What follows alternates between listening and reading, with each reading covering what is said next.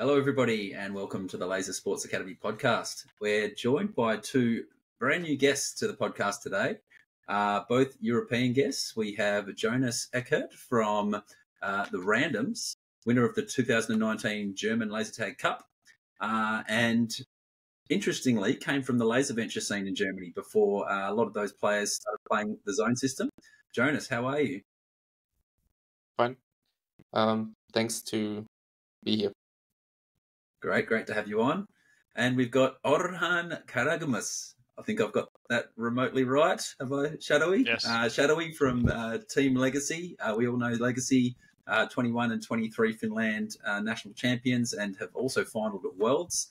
Welcome along, mate. How are you? Thanks a lot, and thanks for inviting me. Absolute pleasure. So, because you guys are here for the first time, I thought I might just quickly open the microphone to each of you just to share a little bit about yourself, how you got into the well, what's your home site, firstly, where you're from, how you got into the scene, and what role you play on your team. So, Jonas, do you want to start us off? Yep. I am from Germany, Würzburg, the city, and I play also in Würzburg. That's my home arena. I play laser tag since 2013. And yeah, we started to play laser tag on another system, Laser Venture, and we swapped the system 2019 after the German Laser Tag Cup. Then we swapped the system to Laser Zone. Yeah. I'm from Team Randoms, and I'm there the captain. Yeah. Our team was built in 2014.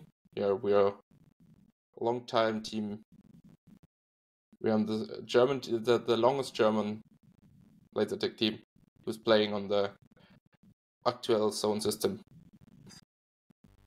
Cool. And do you play in defense? Do you play in attack? Do you do everything? What do you do, Jonas? I playing all around where my team need me because I coordinating. I'm the in-game leader of my team, so I overall everywhere where we need me.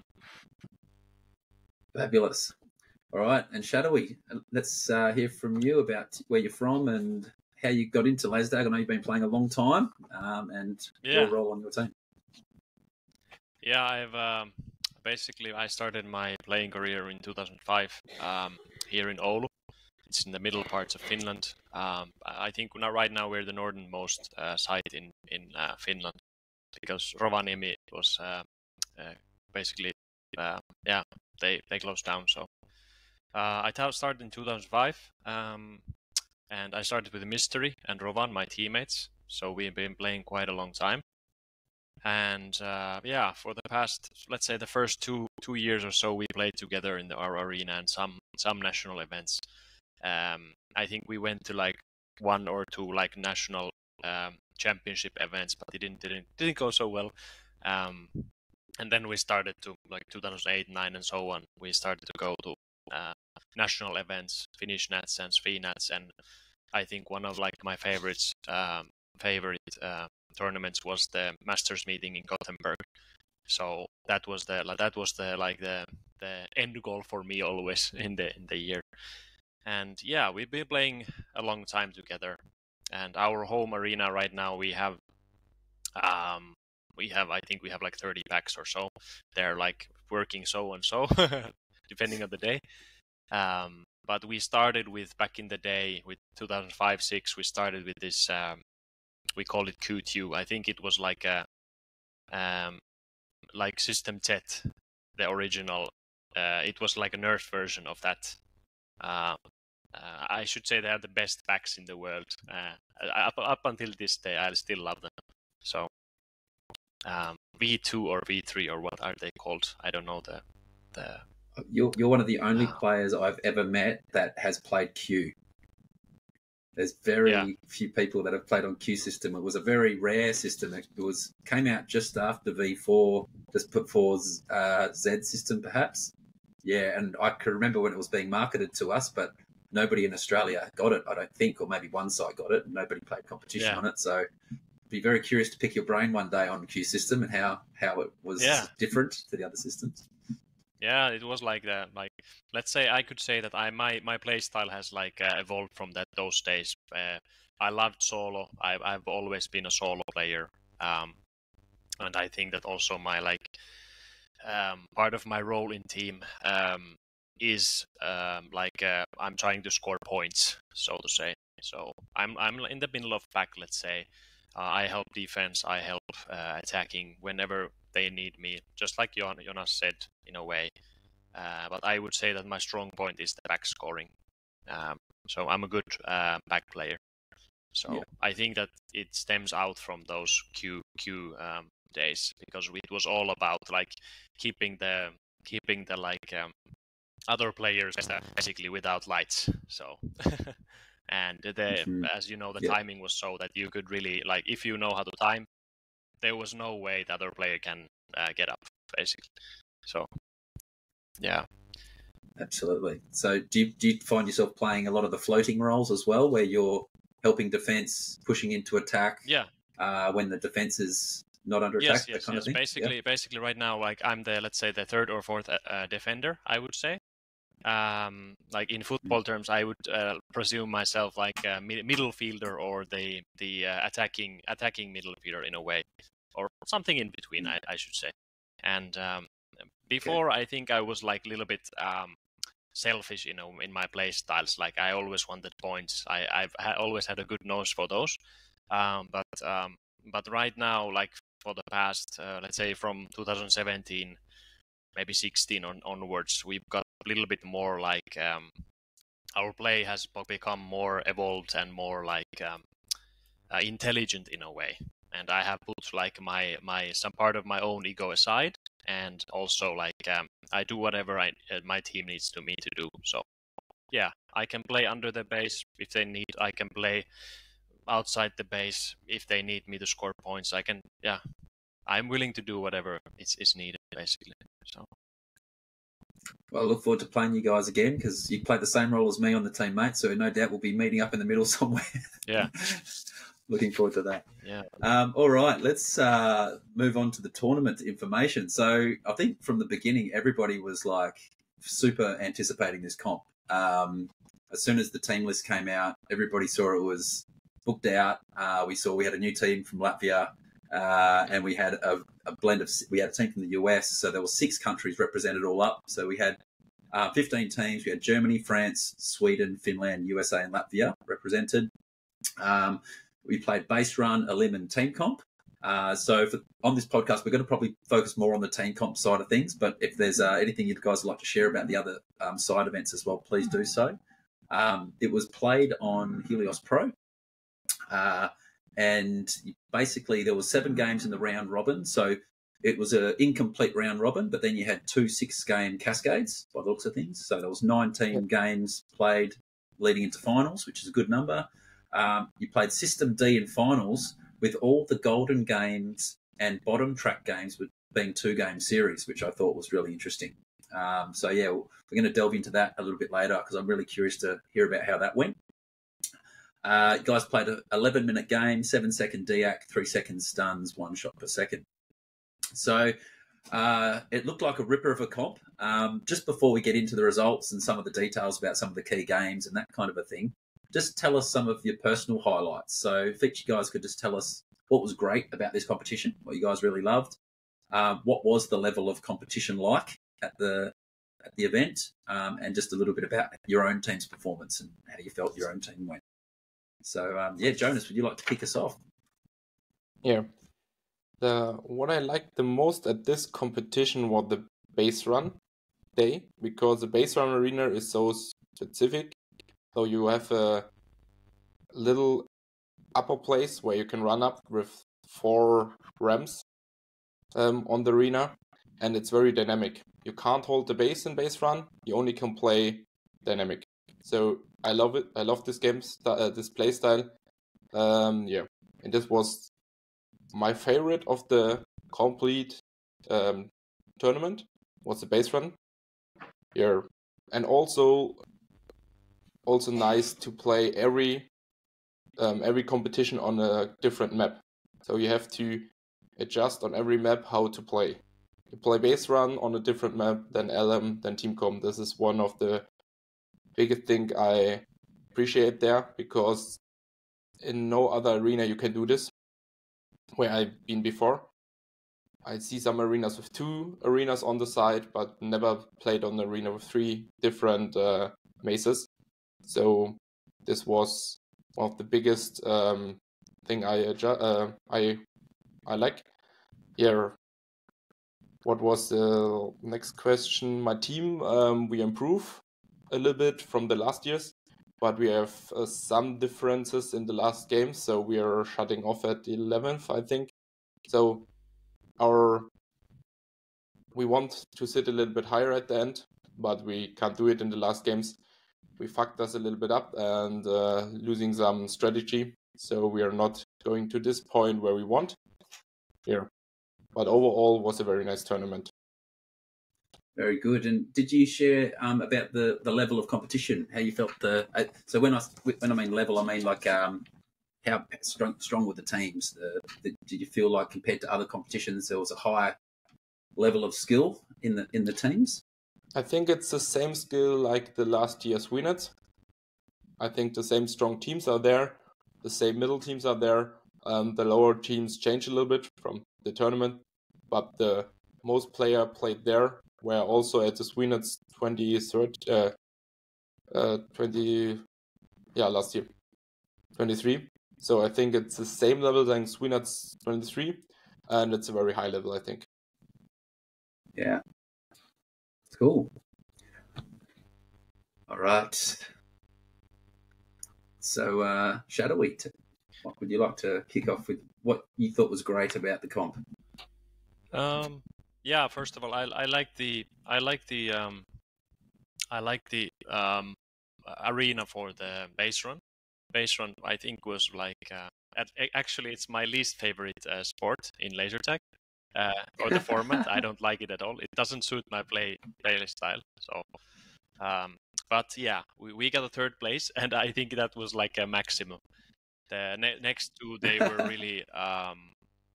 were really ahead of us. And I have to say, the semifinal, I was exhausted from the last game.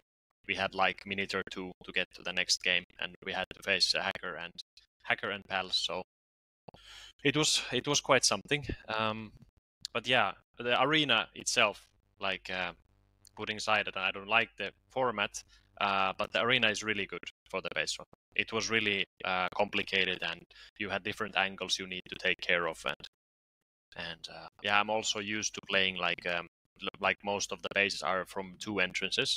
So having 4 entrances, it was a very different story and fun in a way.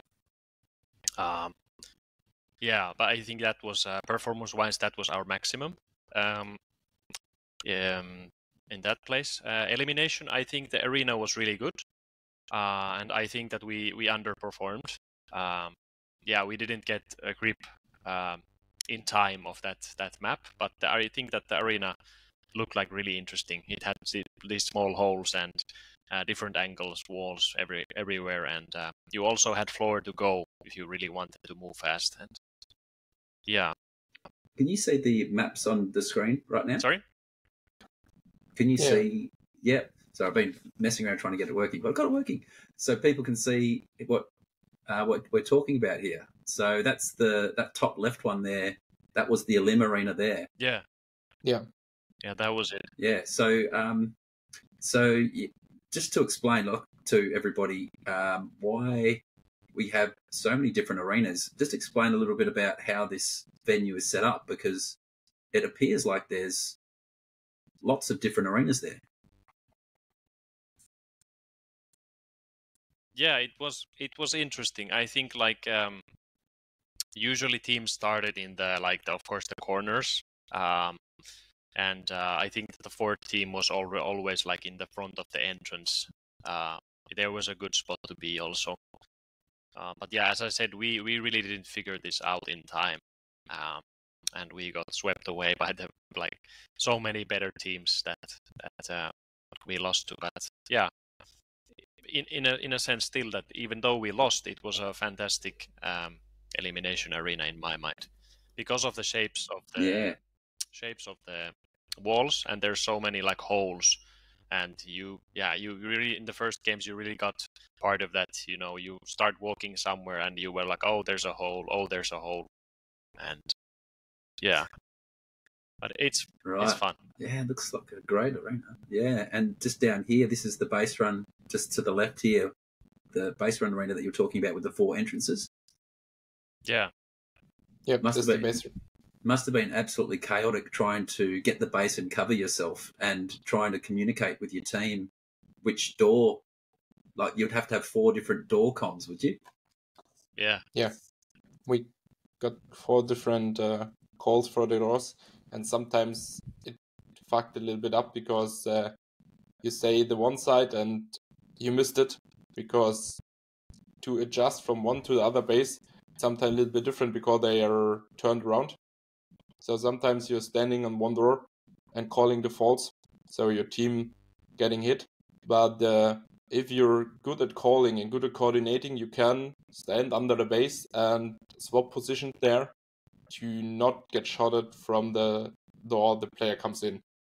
So if you're fast enough, calling fast enough, and adjusted fast enough and swap position, you can stay safely under the base, but not long, because there are so much people coming in from different ways, and you're completely, if you're standing on the under the base where the red X is there, if you're standing on the left wall, you can shot it by the left side back. If you're standing on the right side, you can shot it from the right back entrance. So it's hard to stay there. So you have to move very fast in the base to play safe there. And so you would play 3 games simultaneously at the same time? Yeah, at the round, at the first rounds, yeah. And then after, I think there are only 2 games in 2 different, onto the bases. And when you played just 2 games, did you just play the bottom 2 bases there? We played one on the left side and one on the right side then. But the teams can talk which base they want to play in the last 2 games, I think. Because these 2 look the same, but this one here the top one looks a little bit different. Yeah, I think the top one and the left on the left side there is a little bit similar, because you have in the front there one wall, or there one longer wall in the front left and front right side. There you can play very good. They are on the front left, and on the upper side the front right wall outside the base. This was specific. Then the game's going other with these walls or with the other walls. So if someone stands there the whole game, you have to adjust how to play the bases. It's a little bit different, but the most the same. Yeah, I mean, what a luxury to have, like, because yeah, I mean, they look like arenas that are specifically set up to play those game formats, which is a real luxury, because often you get one arena and you've got to try and adapt all the formats to work in that one arena. So yeah, I think what separated these, at least I noticed when I played them, and in a way it suited like my play style also, was that because there are 4 entrances and there was like you could run around, the whole thing. So you really had to mark your guy in a way. So you kill someone, and in just few seconds he can run to the other entrance or walk to the another entrance. So you really had to be in line, like where are they going and so on and so forth. And many times I did like, okay, I got a dual win somewhere else, and I went from another side to take the other guy just completely by surprise, basically. And they didn't communicate it well enough if you were fast enough. Yeah, I guess that's that's what you want out of base run, isn't it? You want a arena that really allows the teams with the best communication, and ones that stay really alert the whole time and not focused for 100% of the game time to rise to the top. Hey, so yeah, very cool. And just before we move on to the team comp map, Shadowy, do you want to sort of share your thoughts about the level of competition and how your team went, how you felt your team went during the comp? Yeah, I think we were like we in comp we did like well in elimination our engine didn't start at all, so that was that. But we have like a big diesel engine in a way, so like once we start it chugs along. So it started later, like our game started developing later, and we got hang of it. But I think that the overall like from the bottom to the up teams overall, I think the level of competition was very good, and I should say like at the level at Swenuts, or even maybe even slightly better overall, because I think that also like the, let's say, teams from 5 to 10, I think they were quite good. So I think those spots you could really like see another team up and down. It's very even, and I think it's very good for the competition. So yeah, from place 6 to place 12, every team can beat every team. So it's you can't say the 6th or 7th team is better than the 8th team. They beat it the days before again and again. So this was a very close fight from the places 6 to 12, and then from 1 to 5. So 1 to 5 get a little bit loans.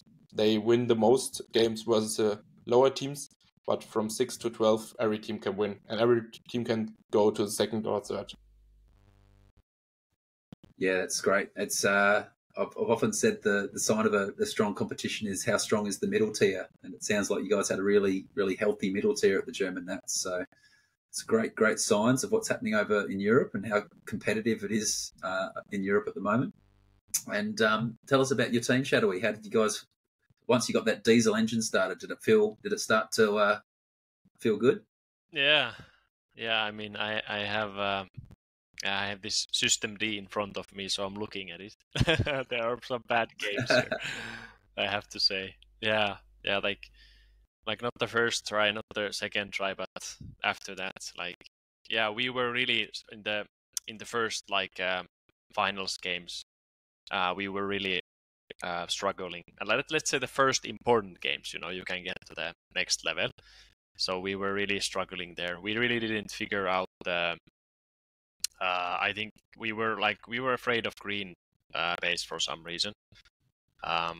We were okay with red and like with the blue one. So yeah, but in the end, I think it was like green was really good for us. But yeah, we didn't figure those out. But in time, let's say, and but it was really close. Up when you go to the semifinals and the games before semifinals, I think those games they were quite close in terms of competition, and I think that we really felt that our game was starting to heat up against Mega Friends and Feidakin. I think that game we were given the games in a way. What tactic the Feidakin did, they basically in a way gave us the game. So we thank them for that. But yeah, in the end we got our positions figured out where everyone is good at, and I got to do my job really well there. I usually have quite high tag ratio, so yeah, I was in the middle part of the map, the saloon they call it. So I was basically helping the attackers from there, or behind. There was this church behind the church. That was my favorite place. So yeah. Okay, so this is let's transition into the map talk, because there's some interesting things going on in this map. So this church is this little building in the top left. Yes, that's my favorite. That was my favorite spot. I really enjoyed being around those boxes that is behind and on the right. I use my legs a lot. I tagged one like I tried to find someone else. I was looking to with my left, like, okay, where is he going? And I went back to him. And I'm also always like very active with the points. So I don't just stand there, I look for the points in a way. So that place was really good for that. You could basically deny the blue upper defenders on the left side, or sorry, the right side, who are outside the blue base. You could tag and take all of their points away, basically, from their being active. And also in the middle section, the saloon.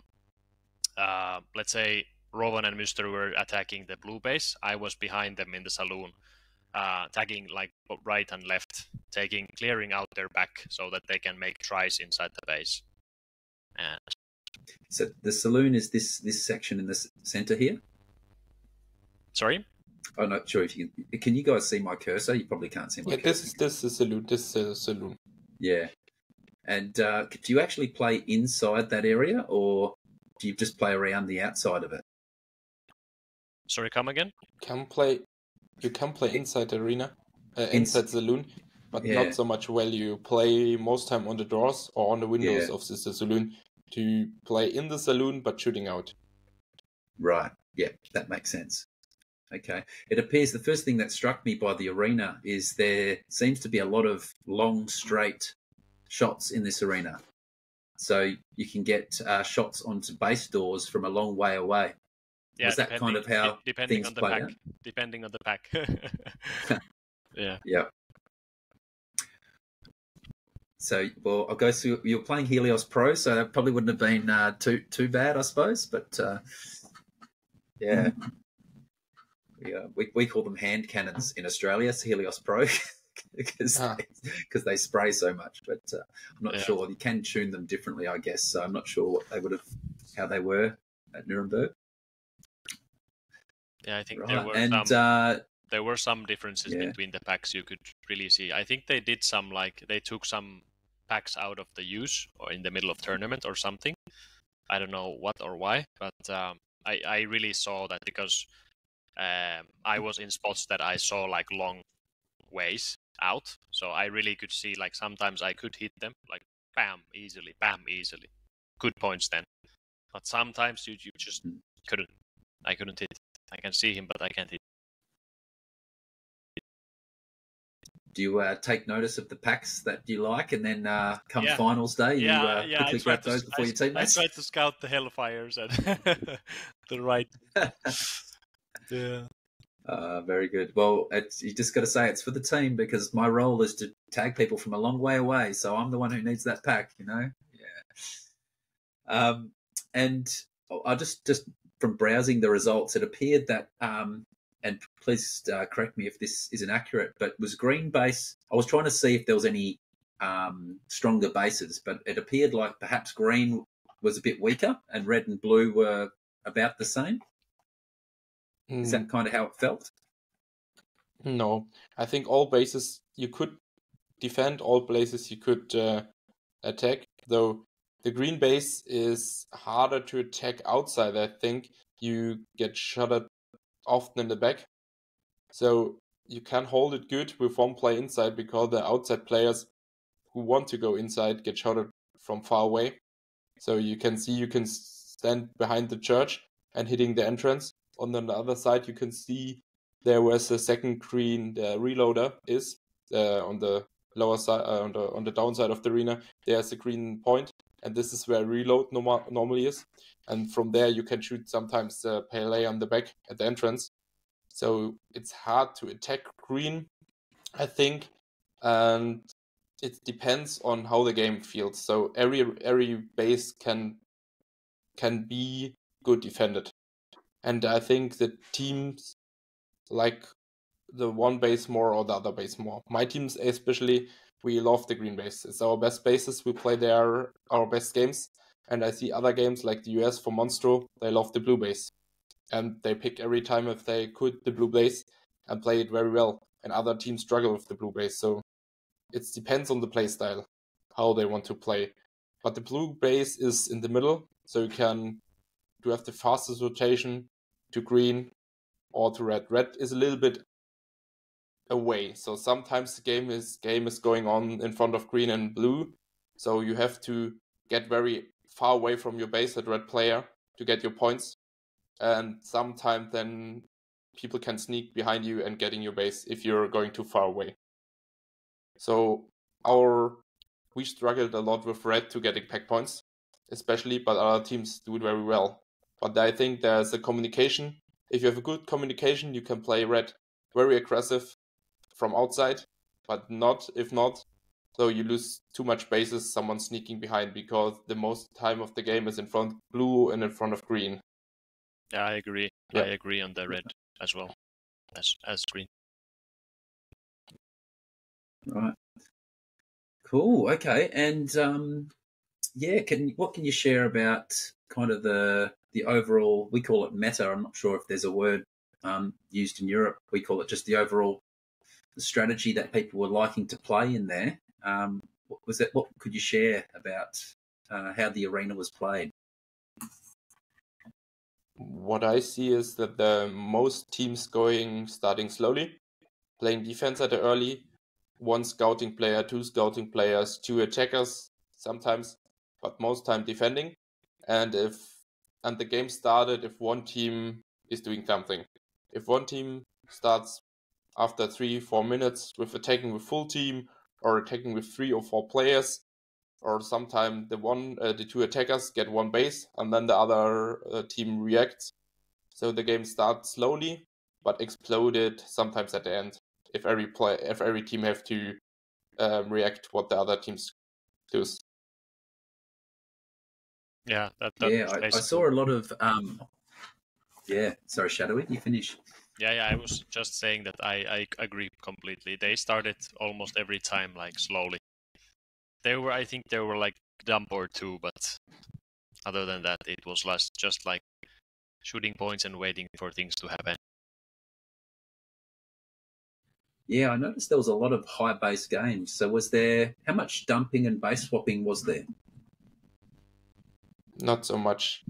We play only 2 times base swap, I think, with one of the Finnish teams. But most times was every team defending, and if one or 2 teams getting 3 or more bases, then the game explode and everyone attacks. So at the beginning, everyone playing defense, and one team is starting to attack with 2 players, if they get 2 bases, the other team reacts and do something. They dump after 5 minutes or something else. So the high base games coming not in the beginning of the games, but at the end. So everyone reacts what the others does. It becomes a race for all the bases in the last 5 minutes. Who can roll them quicker? And could you lock these bases down? So once you got sort of 2 players in there, it became very hard to crack them out. Yeah, especially the green one was like really hard.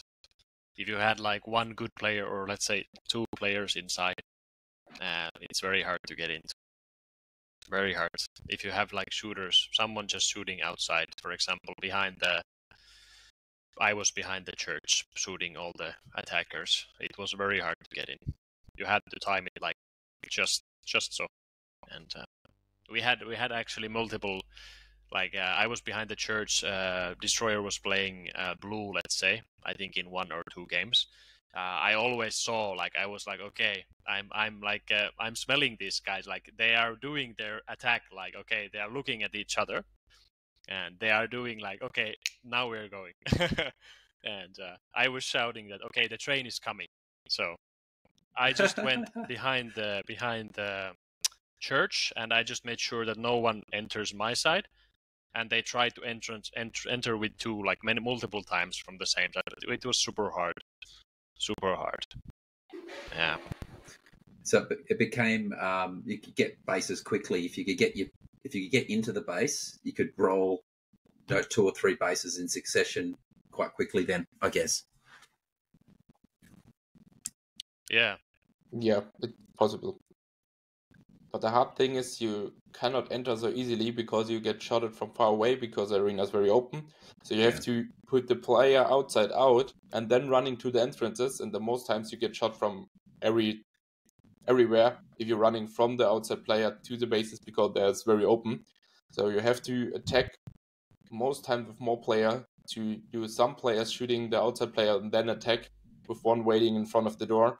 And this is hard to coordinate, but you're alive in front of the base where the others dueling the outside player.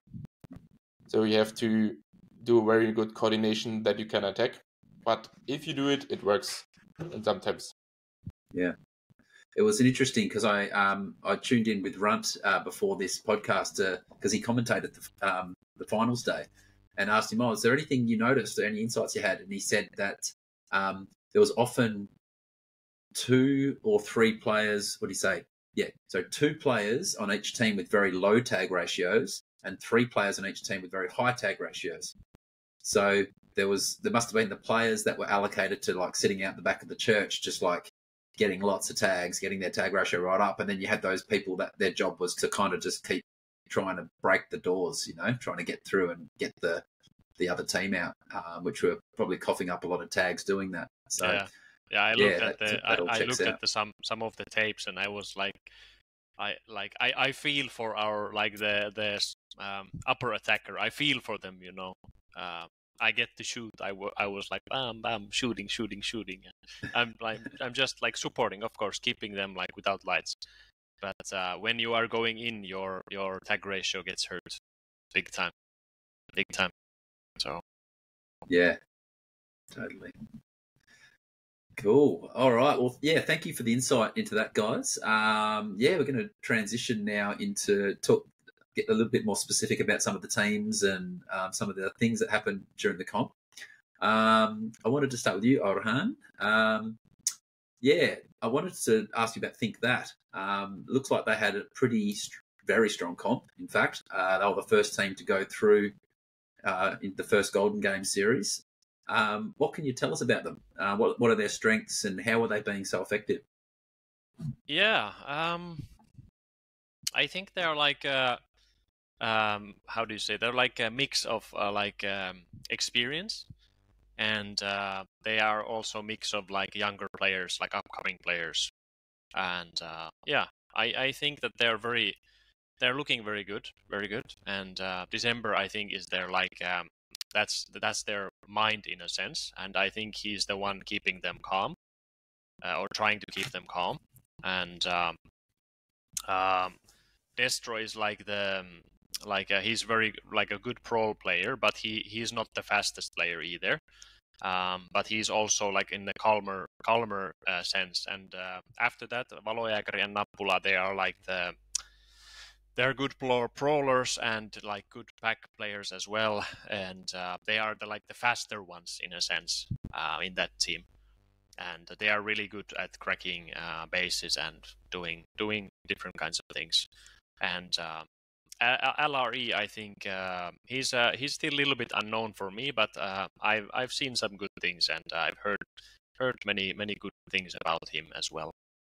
So looking forward to seeing more of him. But I think they're like I think you could say that they are like an upcoming team in a sense. Yeah, I could say so. Did they play at Sweenats? Sorry? Did they play at Sweenats? Yep, but a different name, Connection Lost. They play on Sweenats and with 2 other players. So LER playing at Sweenats for another team, and Panan was also not there. So they had a little bit different team at Sweenats, but the same mind of the team and the similar players, I think. Yep. And how did they go at Sweenats? Finals, I think they reached the finals. Or 4th place, I don't know, 3rd or 4th, I think. Yeah, so they've really put a few good performances together, and they're still developing. So that's a bit of a scary thought where they're going to end up. With a bit more experience. Yeah, I think they have the how do you say it? Like they got the speed. They have the pack skills, but they still are lacking the things that you get with experience in a way in many situations. Yeah, Like they remind It's of just, us like a few years back, let's say. In a sense. Yeah, Yeah. I'm not saying they like they okay, they we got lost to them. Yes. Yeah, we lost to them. But I think the final was anyone's game, to be honest. So it wasn't like we got crushed or anything like that. So I think that small things, but they are really good, and can't wait to see more. sounds like they're pretty well balanced too, with experience and youth and different kinds of players on their team as well. Yeah, they got a good mix, I think, from the different players. The older players with experience and the 3 young players who are very fast, very good pack skills.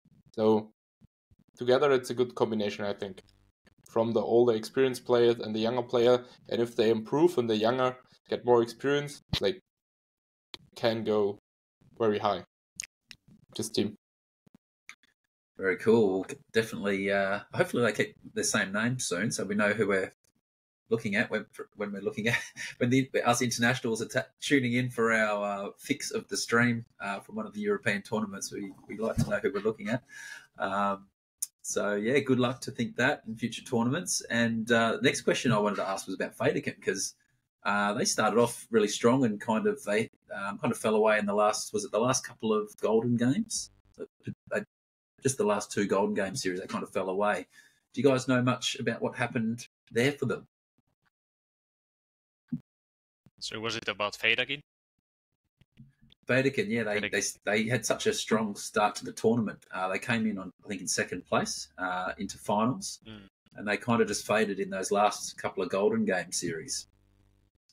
Is there anything that you guys picked up that happened during those games or during those series? I know you guys. I don't think you played in those games, did you? Yeah, I think like the semi-finals that we had Mega Friends Federkin Legacy. I think. Oh, you played the last one. Yeah, last one. I think that we crushed the green one basically. I think in a sense that something that Federkin did there, we got to do whatever we liked in that game. So yeah, that was so basically. I was behind the church. I was like bam, bam, bam, bam, bam, bam, bam. Federkin came to our base. They took it over in a sense, and I think it looked like they defended in a way from the third team, or something that sort. And yeah, I was just called go take red, go take green. Go take blue. It was really easy. It felt really easy in a way, and you could see it from the score as well. And the second game, yeah, I think that we got a really good sense. I think actually what we were saying, I remember that what we were saying, that we are ahead, but the numbers that we were speaking of, we didn't really know that we won that by that big of a margin. So, but yeah, I told my guys, like I told that I have 14k points, but I think I had 13k, so not as much, but yeah, it was okay. But yeah, I think that in the first game they really, I don't know if it was a mix-up or something happened, but it really worked for us in our pouch, so to say.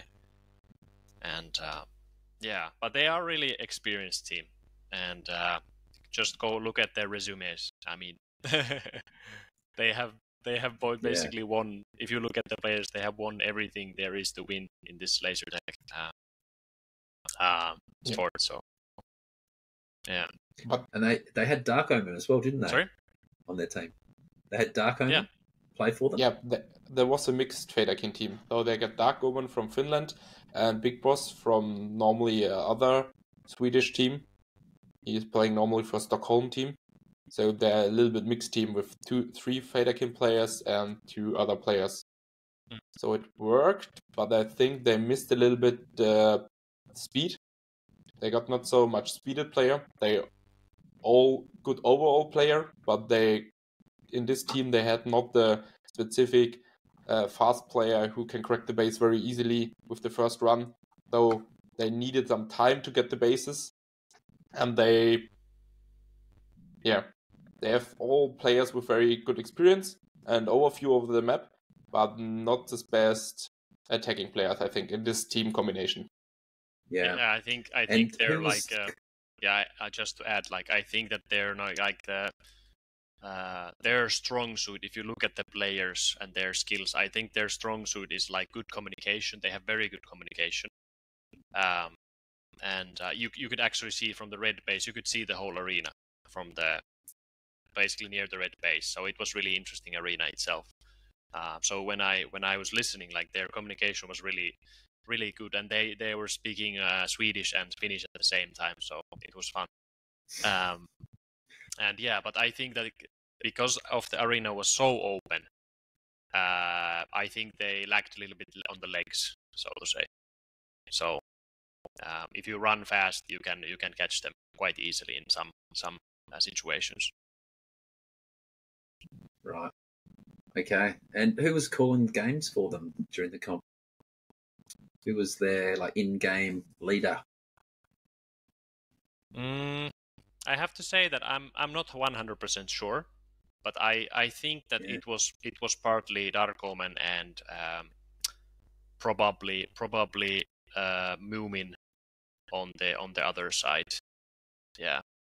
I think they had the basic like 2 units, defenders and attackers. Yeah.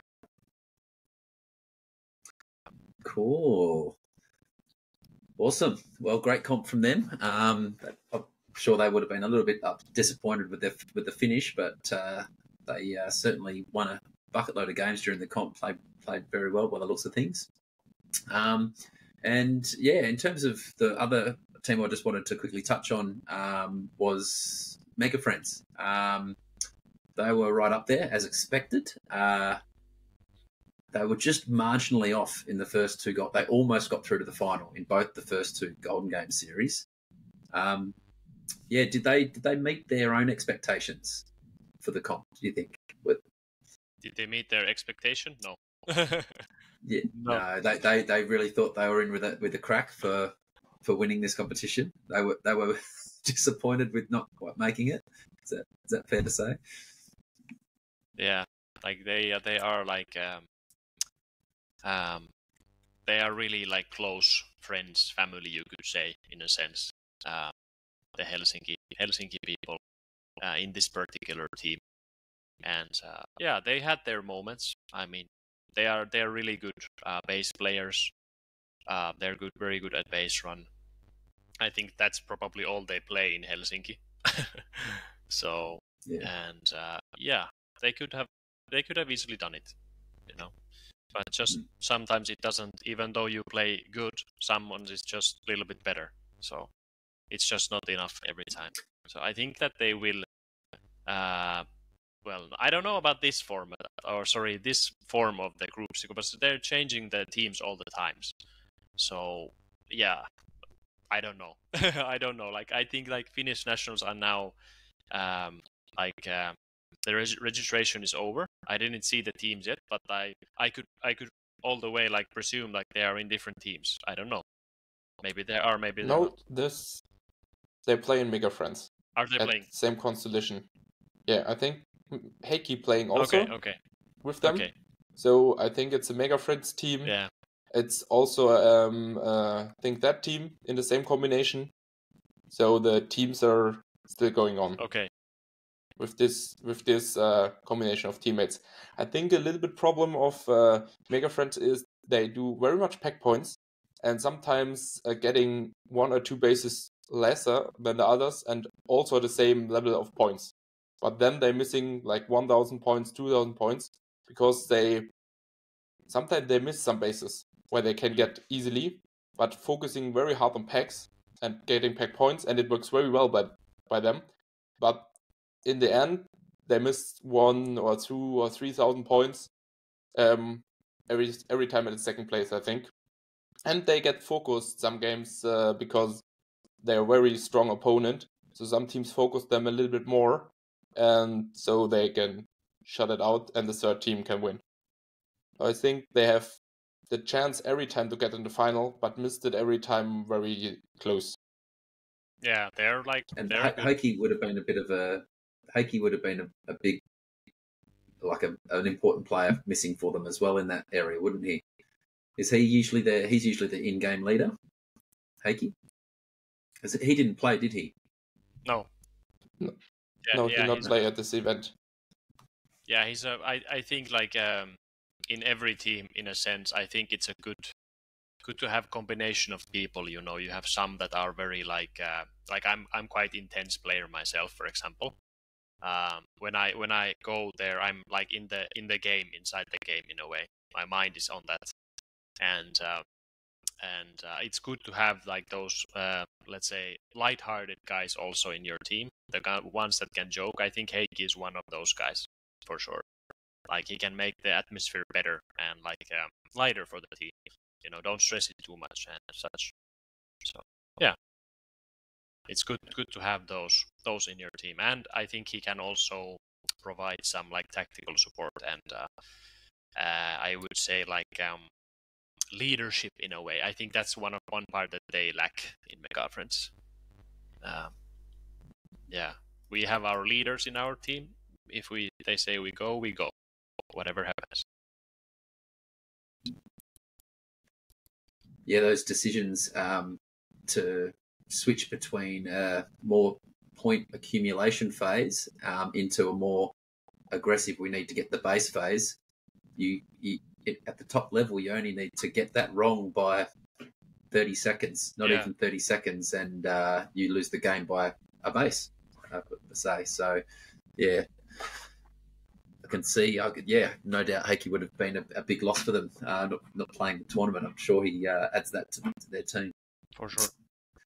Cool. All right. Now, let's switch it up and find out a bit more about this Latvian team because, from my understanding, is it the first time they've competed in one of the European tournaments? Yeah, and the first time they played the zone system, I think, competition form. They only played before tactical laser tag, like tactical shooter. The laser tags are like guns, and this is what they play in Latvia. Ah, okay. What's it called? Sorry? What's the name of the system they play? I don't know. Oh, I forgot it. It's a tactical. Basically, it's it's like a replica weapon, essentially. Yeah, they said they have and headgear. it's like tactic. Wow. Yeah. That's amazing that they had to transition and learn how to play zone systems, and they lifted off I saw their results, and they got a second, I think, in one of the Cascades, and then they lifted off the bottom of the ladder in the finals, which is incredible given that it's their first. Yeah, they play very good. They play very good together and adjust or improve every day. At the first day, I play on Wednesday training with them or versus them on the training day 1 day before the tournament, and you can see they don't know what to do. They're running around, never know what to do, don't get the bases, don't know how to shoot the bases in the right way. And I see every day playing versus them that they very improve their skills. And the last days, I was referee and see how good they defend the red base inside. They defended like 3, 4, or 4 minutes, and they get permanently attacked. So every team knows, that's a Latvia team, they are weaker, and they attack them, and they can defend it 3 or 4 minutes completely. And it's very nice to see how fast they improve after the first days. Wow, that's impressive, and like they must have really embraced the opportunity to go through such a huge learning curve because it's not easy to rock up to a top level competition in Europe and just get hammered for the first 2 days of a competition. That shows real character. How did they respond to the first few days of competition? Yeah, I think they like they played really well, and I think their attitude was really really good. The Latvians, the attitude was really good. They were eager to learn. They asked me questions. They asked people questions. They were like the first questions were like really funny ones, of course, but yeah, it was quite something. And when I was like judging them in the base run, I was like, you cannot do this and you cannot do this, but they were really really learning and they wanted to know how to do the things. right, and they were really fun people to be around, and good guys and girls. So yeah, I look forward to seeing them in the next tournaments as well. Really good ones. And do they? Yeah. Sorry, do they play competition on their own system? Are they used to the competition environment, or did they just? This is the first time they've ever played any competition. I don't actually know. No. I don't know. I think they're a team that plays competition at their format often, but they play some one talked to me. They play some tournaments in Russia, but now it's not possible to get to Russia and play a tournament there. Though they looking around Europe what they can do there for tournaments. So there's, I think, not so big scene in Latvia, but there's also a big scene from tactical laser tech in Russia. So they go there and play them there some tournaments, but now it's not possible to get to Russia. Though they're looking for another parts to play competitive laser tech. Right. So does that mean that did they share that they would like to come back and play more competitions? I don't talk after the tournament to them, though I don't know. But I see how happy they are if they got the second place. At the final day or the second day, they got the first time they got the second place in the one round. They are so happy, they're so exhausted, and that's good to see. And if they can keep that up, I think they come again and play some tournaments, but I don't know. Cool. So good to see. Okay, and we saw a French team as well come along. Have you guys had French teams come to the German Nats previously? Yep. At 2022 in Nuremberg, there's the same French team. The French team plays one time there, but not on 2023. 2023, there was another French team playing at the Nationals. So they played the last time here at the Pre-Nats. They played the Pre-Nats also in Nuremberg, the French team, and this tournament. And 2 years ago, they played one tournament in Nuremberg. Yeah. So they know a little bit the arena, but 2 years before, they were very weak. But now they improve. They have very good skills, but they need a little bit to play together. They're not very tactical. They only defend or full attack. They have not so much tactical decisions, though they're not bad at all, but they need to improve some things. So, like tactical or playing better together, I think. Yeah, because they play such a different format in France. They probably don't get much of an opportunity to train, do they? They've got zone systems, but they play, it's like a 3 shots a second, like it's rapid fire game where they just take bases and that's it.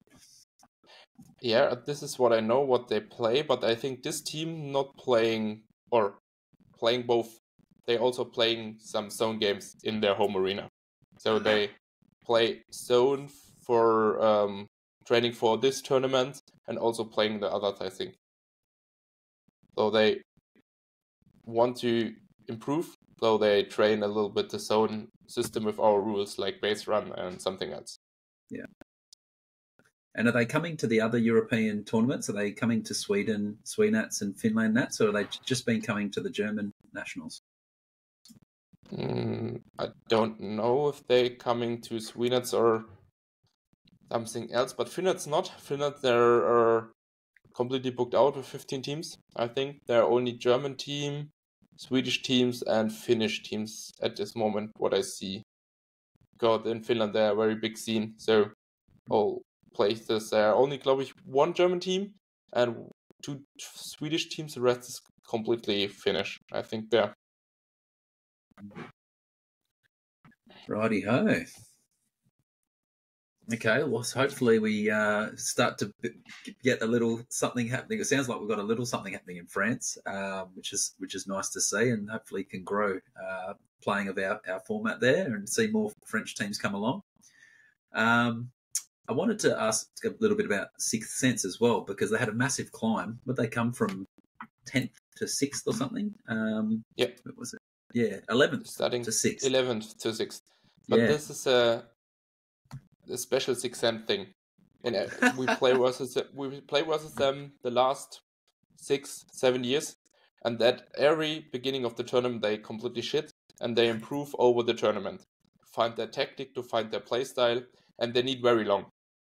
And normally their strange only start in the System D. They're starting with the good games in System D, and then they improve. Because the days before, they tested a much, played different styles, or fucked a little bit up in the game. Though sometimes they lose their strategy very fast. Yeah. I played the 3 years with them together at the Sweenets as a stand-in for them. And they are the same.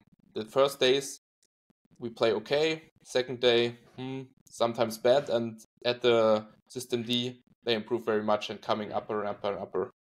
And you can see it in every tournament they play. Win the right Is game. it a deliberate thing that they do? Yeah, exactly. Is it a deliberate thing? Like, are they big brains? Are they like, oh, we're not going to show our hand. We're going to like test all the different permutations of our strategy and that kind of thing, or is it just they just take a little bit to get going? I think they don't find their ways to play fast enough. They have a good tactical leader, but not the best one. But they improve together to find the way to play. They have to play in every arena a little bit different, though they have players they can do this good and this good, and so they have to look in the first games or in the first days how they want to play, how they can play. So they need long time to find the right way to play, and can't play easy strategies at the beginning. They improve, and then they are a very strong team. Because there are very good players in the team, but sometimes the communication and the team play going a little bit weak. Sounds like they don't have the core team play is changing too much. Sounds a bit like that's the problem. Like I think our play, for example, it's like it's always pretty much the same in a way. We can change things, but if we just play normally, we do okay. Like we try to do that. I think and sounds they're like also and they're also swapping players a little bit. I think they're starting this tournament with 7 players. No, they're not playing with the same squad in every game. So every game for them is a little bit different to play with. If one player is sitting and the others playing. So with 7 players, it's hard to play the tactics like the same, because if you're not playing the 5 same players, you not know how the other game is going on. And when you play this second game after playing with a completely different cadre, I think it's hard. It's true. I agree. Yeah, totally. Yeah, I noticed they had 7, and so did the Wildcats. And it's difficult when you're rotating that many players each game. You're cycling out 2 players each game. It's really difficult to get the flow happening, isn't it? So sometimes I think in many games, for example, our team or other teams, I don't know how other people do it, but like for example, from our experience, I could say that we usually try to have like 1 extra player. That's of course you need to have like I think you need to have. If something happens, you're screwed basically. So, but more than that, I think it becomes a liability. And I think like for example, when for example let's say semifinals, I was really feeling it. Before I was like, okay, I can pause. I can pause. You know, I'm very like, but when I'm really feeling it, I want to play. And then some other players might know that, okay, this is my time to pause because this guy's game is going on. So, and if you have 2 extra, then it becomes a problem. Yeah, I totally agree. And I've often played on teams of 6 just because it reduces the risk. That's the risk we decided to take, is not to take the risk and just go with 6.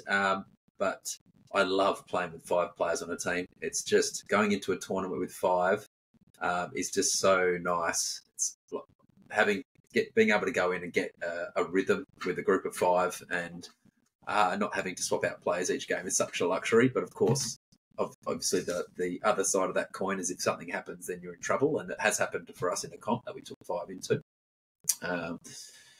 But yeah, 7 is a challenge. So, righty ho. Are the Sixth Sense they're registered for the Finland nets? No, but for the Swinets, I think. I think they're Swing nets. All right. Well, let's move on and talk about the USA boys. Hey, they seem to do all right. But they had a bit of a climb too. They climbed from 9th to 7th. Yep. Yeah. How did you think they went? How did they play? They tested the first day so much different playstyles.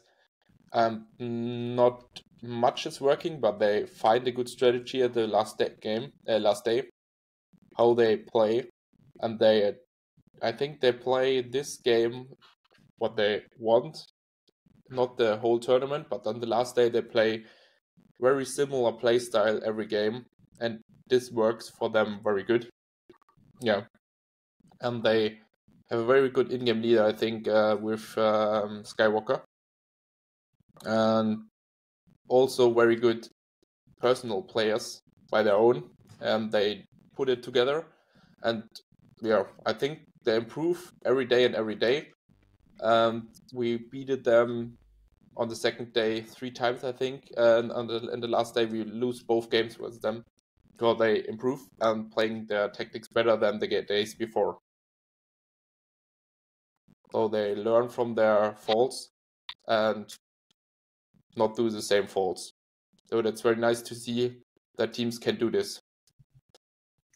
Did they have any standout players other than Skywalker?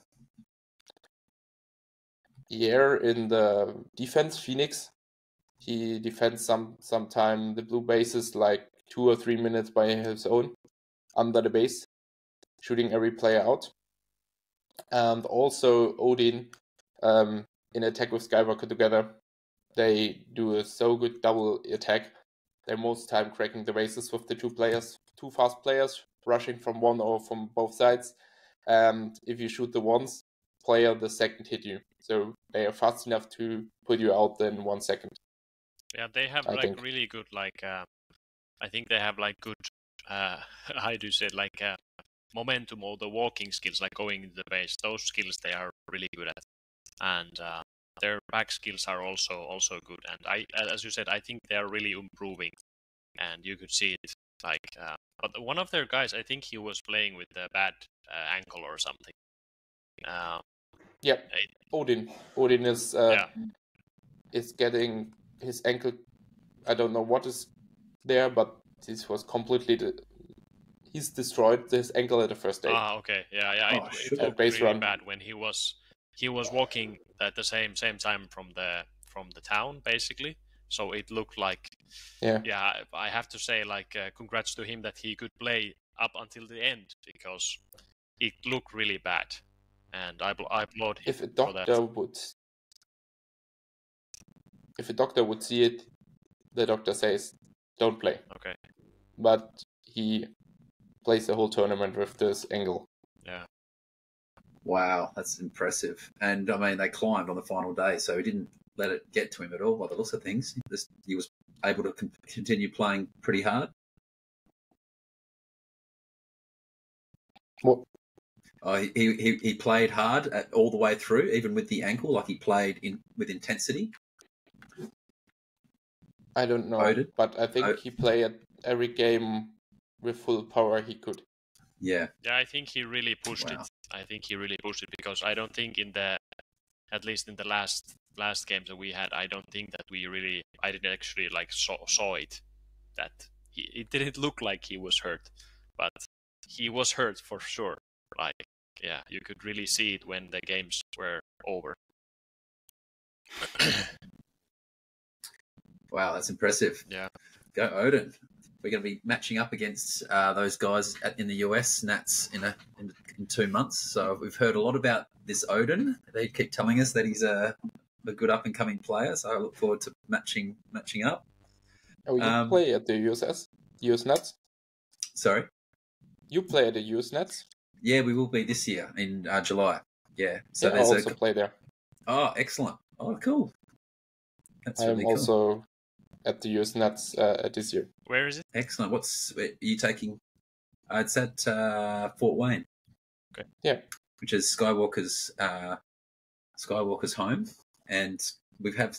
Do you remember Shadowy? You remember the Legends? Or Jonas, you might remember the Legends as well.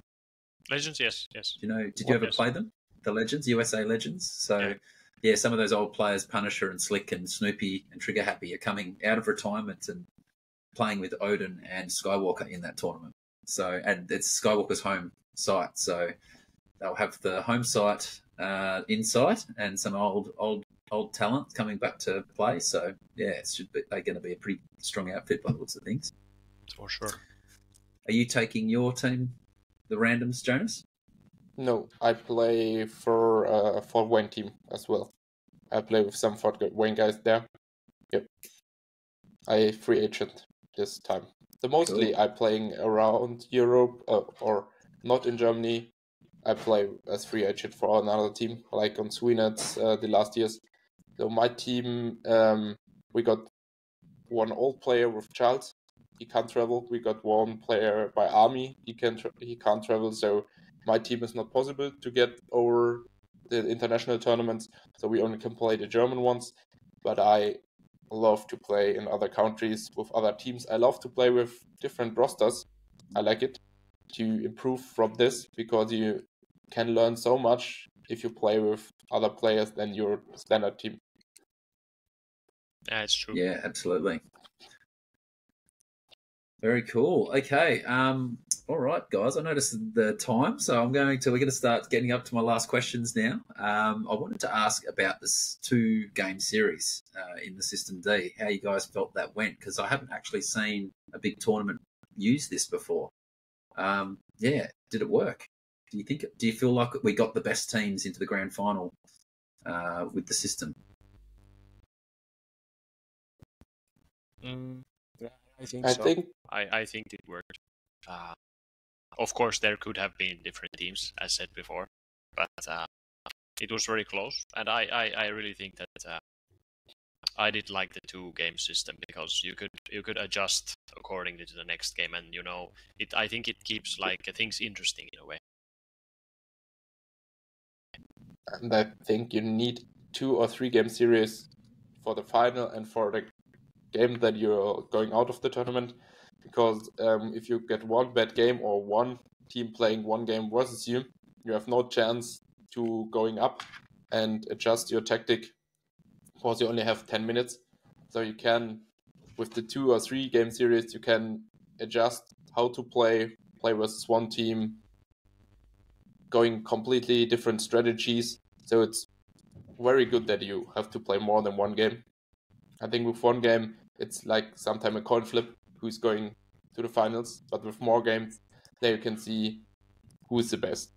And at the end, we see the last golden game was the 3 teams that also can reach the finals, and the first 5 teams, 2 was in the finals, and the all 3s in the last golden game. So you see with the double games, the best team standing at the end, at the final or at the semi-final.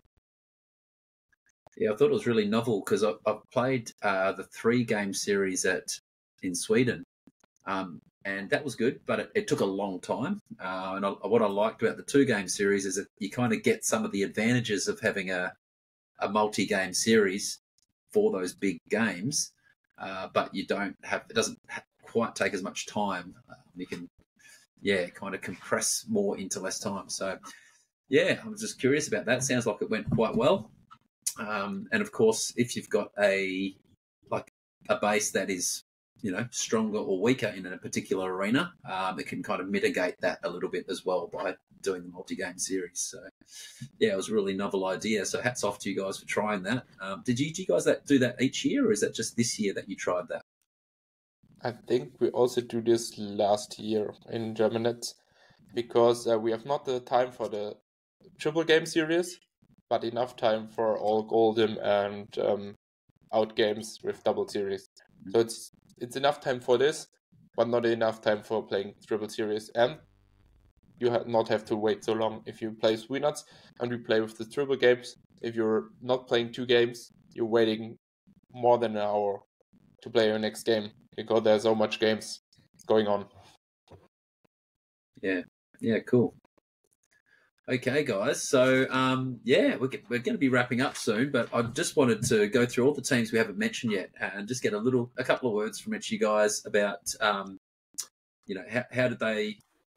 they like to play, how they performed. Did they perform to expectations, and did they have any standout players? So I thought we'll just go through the teams that we haven't spoken about yet, just so we can hear a little bit about them.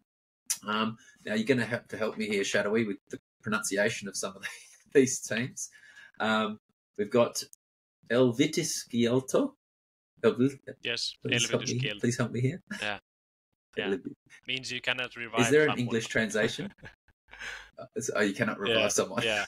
Elvytys means like reviving, and Kielto is like it's like a permit not to do something, basically. Yeah. So you cannot do something. Yeah. It's a fun team. They are.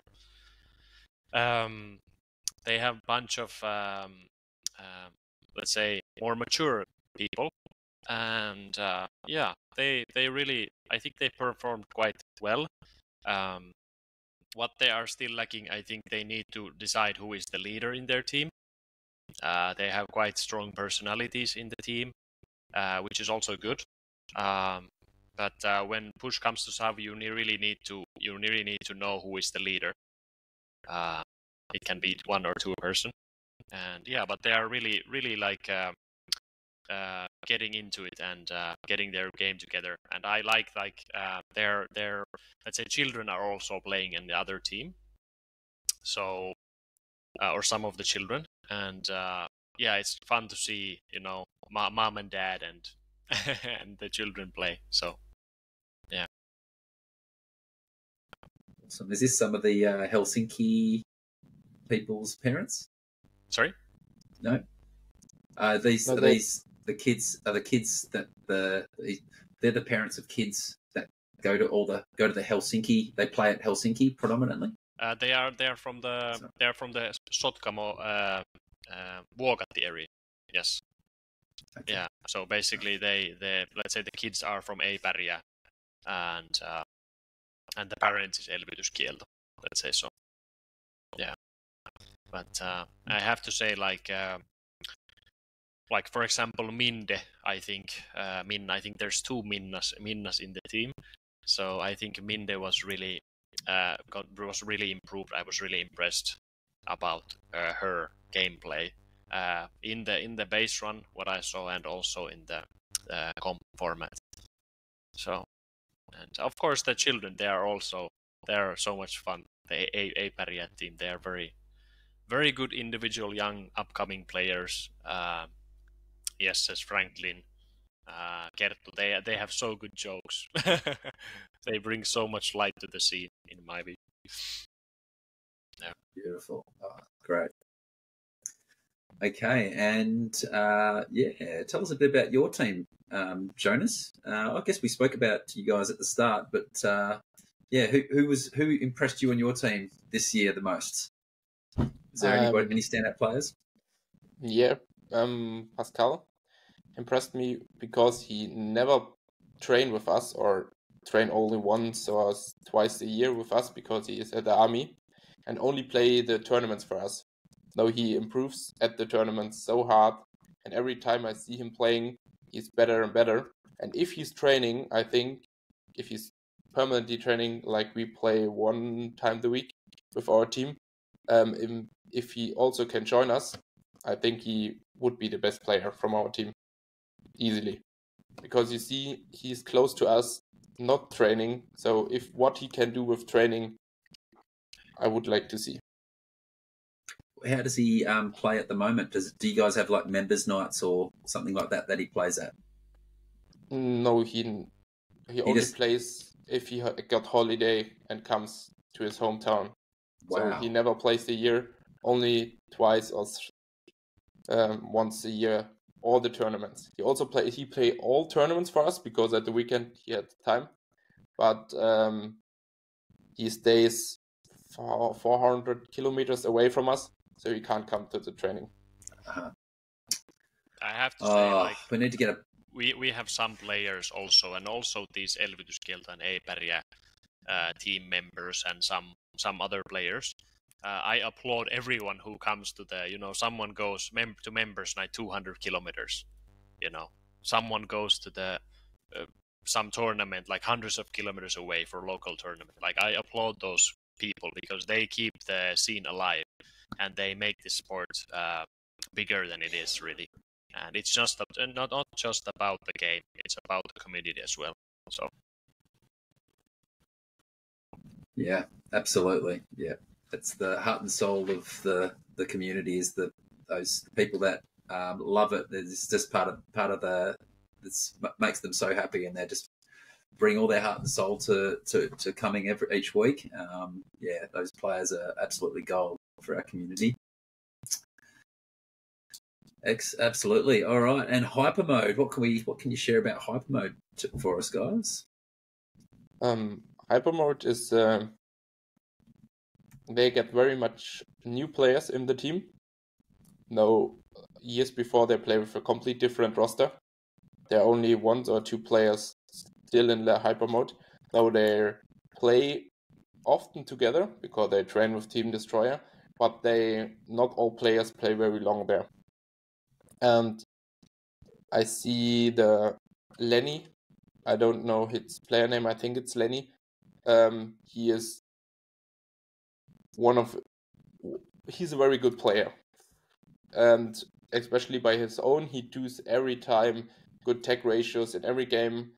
If they lose, he is also on the top from the whole game.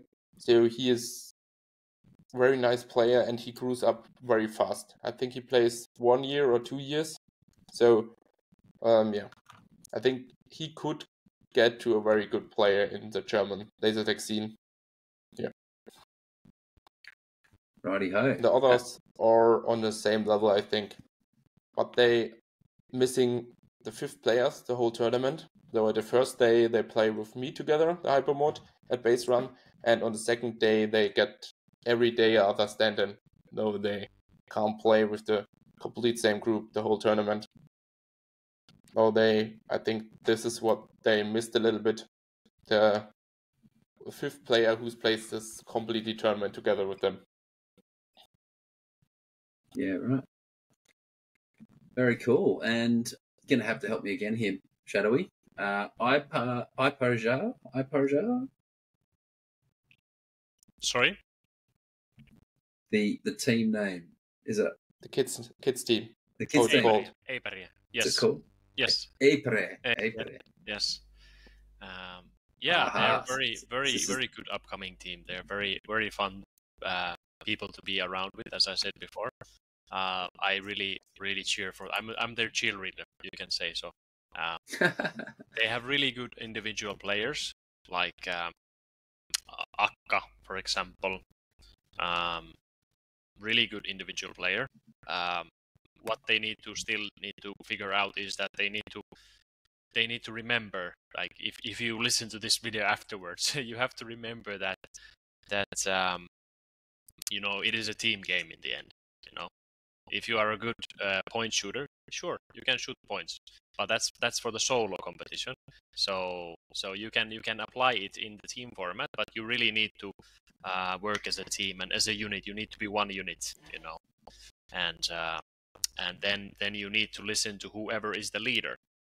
And I think that is also their something to fall. If they fall on something, they fall on that.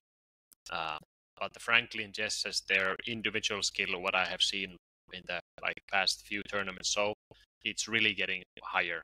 And since they're so young, just keep at it, keep playing, go to tournaments, wherever, United States, Australia, I don't care, just play, and you will get up into the top ranks eventually. It's just a matter of time.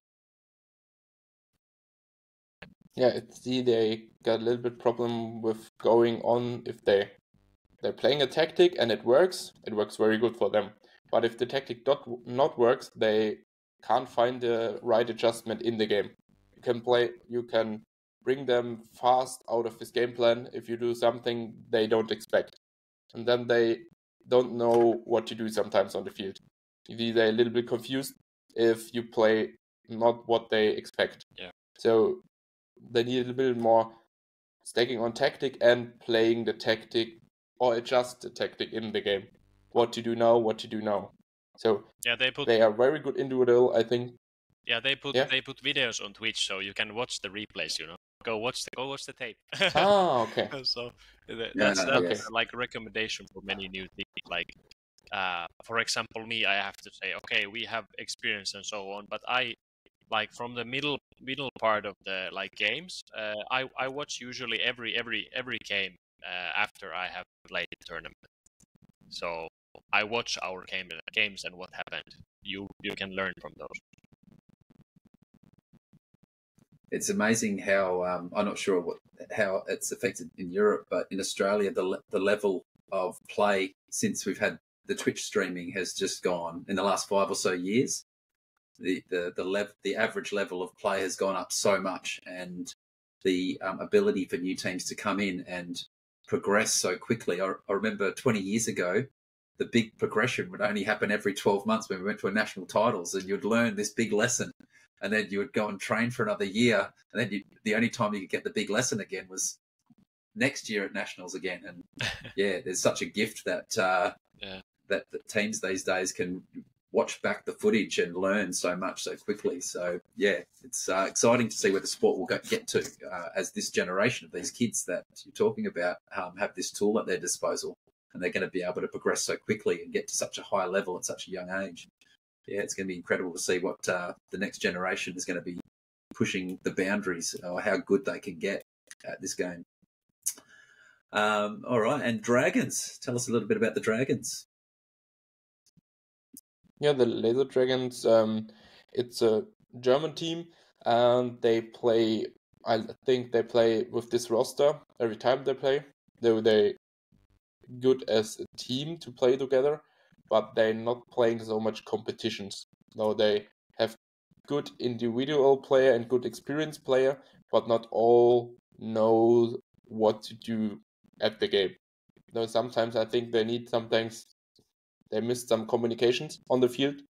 So the experienced player knows what to do, but the others not. But they got very good individual player like Slane or Laserlusche, and some players they not playing so much competitions. Yeah, and these players need a little bit what to do if something goes on. Because not every time you can, as in-game leader, can tell every player what to do. So you have to do your own decisions on the field if you see something. And I think there are some players missed something from them. But they're a very good team from the German from the German league, I think, and they play very good together if the strategy works. They started before finals in 6th place. That was pretty high up. They dropped a few on finals day, but today is that their home site in Nuremberg? No, they are from Göttingen. Do they get to play in Nuremberg very often? I think they only play last time they played in Nuremberg was Nets 2 years before. Why not? No, they are a team that plays big tournaments, but not joining every small German tournament. But some players from them playing for other teams in some small German tournaments. Yeah. Cool. Okay. Expect to see more from them in the future by the sounds of things. And then to wrap it up, Electric Fire. Yeah, Electric Fire is a very young team. They're playing together 3 years, I think. They improve very much. They're a very good individual player. Every player from them is a very good player by its own, but they miss often tactics. They have an in-game leader, but not not all following the in-game leader completely the whole games. They need sometimes more tactic on the field than only their basic strategies. They're very good at basic strategies, but if it comes to advanced strategies, they're slacking a little bit at this. But they're very good individual player, every player from them. Yeah. So Cool they beans. can improve very easy to get a very good German team if they play the tactic and they can adjust in the game. Have you noticed? So there's been a lot more sort of Finnish and Swedish teams coming to the German Nats over the last couple of years. Is that an accurate statement? Like the last since COVID, there's probably been more Finland and Swedish teams. Have you noticed a lift in the level of the German teams? Have they really benefited from more Finland and Sweden teams coming? Yeah, I think if you play with the international teams, they play completely different sometimes. Then you can learn so much. Now, the 2 years I stay at Swinets improve me for my gameplay so much, and also my team improves from the international tournaments. Because in the German tournaments, you know every team playing his same playstyle, and you know how to play versus them. You can know the one team playing like this and the other team playing the most time like this. And then you can adjust the tactic very easy. But in the international tournament, there's so much different strategies, different tactic, different play styles from all over. There you can improve more than in the international tournaments. And many like new players, I don't think that, of course they're young many times, but what they need to understand is like, you really need to have these experiences, as Jonas said. Like we were getting our butt kicked by GP for many years. We were getting our butt kicked by variations of many other teams in the earlier days, you know. Little teams, I don't know, these teams, that team. But like, you learn from those things. And when you're mature enough and your gameplay is even better, you start to, you know, progress to the next level, and there's even like levels beyond that. But you really need to learn, you need to lose in order for you to learn how to win. I would say. And if, as Jonas said, if you're playing against your members night games, you know, I was tagging in the first 2 years with Rovan and Myster. We were just playing in the members night. We had like 15 players. We were like, who is the best player? You know. So it was either me, or it was Mystery, or it was Roma. And that was it. So yeah, you need to go beyond borders. You need to go beyond cities if you want to be really good and like a professional player. Yeah, I see this every time I'm driving to Nuremberg to train with TD, that I improve there more than in my home arena, because we are all on the same level at our arena, so it's harder to improve than playing versus better players and improve from them. It's easier to improve with better players. Yeah. Well, speaking of going to new levels and travelling, one team we haven't spoken about yet is Team Destroyer, the Victors. Yeah, they're now the Swedish champions, the German champions. Shadowy, can you tell me a little bit about the final? Just wrap it up in a couple of minutes, a nutshell on how it played out, and ultimately what Team Destroyer's greatest strengths are, and how they got the victory. They have played more in the arena. No, no, but it's that simple. no, of course not. But they're like, I think that one of their like key strengths was that they're like really good in the bases. I think they were the best ones out there, the bases, and they being there inside or outside, whatever, it was really hard to crack the bases when they were defending, like super hard. I think that was their strength point. In terms of packs, I think we can easily match them in this arena or the other arenas, I have to say. But they are really good. They have really good communication. They're clicking on all cylinders. They're like the communication is like seamless. There's no waiting around in a way. And they have really all of their players are really super strong, I have to say. Yeah. And I think like I'm not so sure if they have had like really like competition here in like I think they're the best team here in Germany, and I'm not so sure if they have like a really big competition with the first place in Germany. Of course, No. we are. I'm not If like they we are bringing the competition from Finland and Sweden, but I'm not so sure what the situation is in Germany. But finals, I still believe it was anyone's game. But yeah, we did some tactical errors. There was points that we didn't do what we agreed to do, and you can see it on the score. So yeah, but I really think that the finals were really nice. We got really good semi-final, and we carried. At least I felt that I like carried the game to the finals. The hype was there. We got quite a few terminations. It was bad. Yeah, I got I got a termination by going to base. Like I just crossed the baseline when I was deactivated. I got a terminal out of that. I would have not given it to some other player, just to be frank, because it didn't like change anything. But yeah, they were the best team there, and I applaud for them for that. Yeah.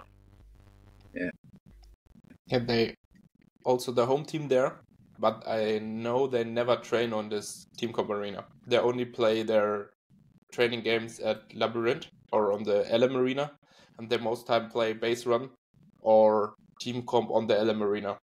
Though I think on the LM Arena, they are the best player at the bases, and the bases are and they train hard to defend bases. No, they often in training defend bases, so they're very good in defending bases. Every player from the team, and this is what the good strength of them. And they also got some good pack point players, like Domi. He does every game is 10k games. Never loses the left the arena under 10k points, and he's a very strong player. And also got David. He plays for TD at the international tournaments. Normally in Germany, he not plays with TD because then they are too strong. And they also with the 4-man cadre or 3-man cadre from them and 2 stand-ins, they are the best German team. So in Germany, they change sometimes, taking a weaker player in the team, that their competition is also for them to play. If they play with full team in Germany, they destroy every tournament. So David's playing sometimes with us, with randoms for German tournaments, and not all from them playing in the same team the whole time. In some German tournament, they play with some stand-ins or something else. But together, they are very strong because the 4 players without David play every time together. They're from the Nürnberg Arena. David is from Frankfurt. He play as stand-in for TD, but he is mind in TD. He's a strategic player, and he does the calls, and he helped them a lot. Years before they play without David, you see they're very good individual player, but they losing some coordinations. And with David, they get this coordinations and this tactical from David. He plays before at Watch Dogs and was also the strategy and the tactical in Watch Dogs. So they get the good thing with the good individual players. So they now the top German team with this roster. And they also play with this roster at finals. And then you can see how good they are. Not in their home arena. So the question I have is, which of the German teams do you think will catch Team Destroyer first?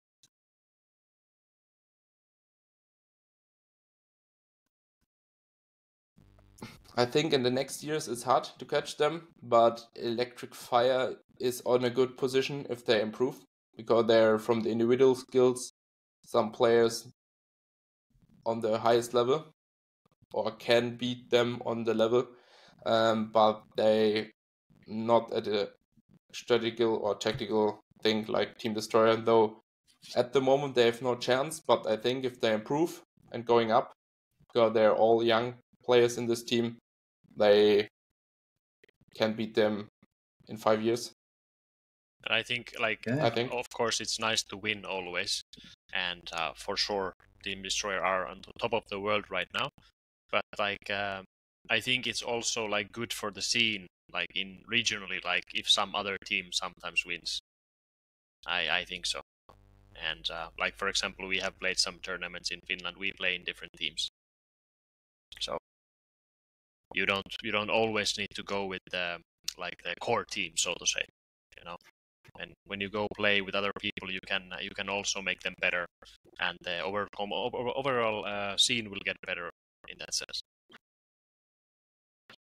Yeah, we do some draft tournaments in Nuremberg sometimes, and then we do them pots where the strongest player in pot 1 and 2nd and 3rd, and your team is from every pot, one player, and then we doing mixed teams completely, and the tournament then it's so nice to play because every team on the same strange. Yeah.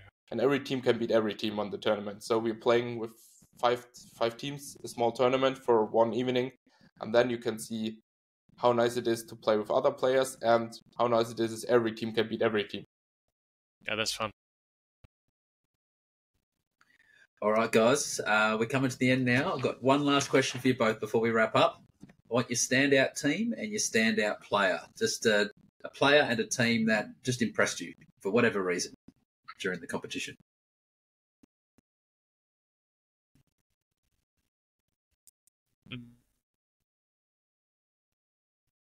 I think for me, I choose A Paria. I think their spirit is really good, and standout players. It's quite hard to choose one,